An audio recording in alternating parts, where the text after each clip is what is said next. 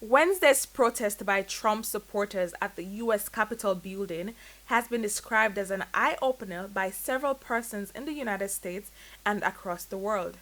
Many have taken to social media to express frustration at what they described as a double standard approach by police officers at the U.S. Capitol building.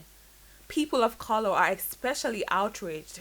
Many of them pointed out that during the Black Lives Matter protest, people of color faced harsher police treatments in comparison to what Trump supporters experienced at Wednesday's protest.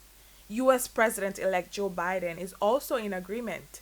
No one can tell me that if had been a group of Black Lives Matter protesting yesterday, they wouldn't have been treated very, very differently than the mob of thugs that stormed the Capitol.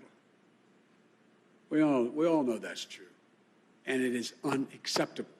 In the meantime, member of the Global Jamaica Diaspora Council in Florida, Wayne Golding, says people are also worried about the coming days.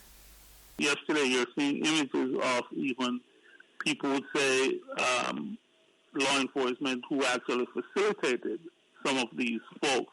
Not to paint everybody with a broad brush, but the reality of the situation is that no matter what the public image is, the reality on the ground is you had to be very conscious yesterday as somebody living in America, as a minority, to say, you know what, this can start happening in the city that I live, because we are talking about 70 million people who feel that way about the election. Mr. Golding says the rioters ought to be penalized. And Assistant Lecturer of Public Policy at the University of West Indies, Damian Gordon, says outbreaks of violence will continue in the United States at least for the first term of Joe Biden's presidency. America's always had extremism on the left and also on the right. But most of those extreme groups operated on the periphery, at the fringes of the American society. Certainly over the last 4 years, conspiracy theorists, fringe movements, extremists have been brought into the mainstream of American politics and now constitute the base of the Republican Party.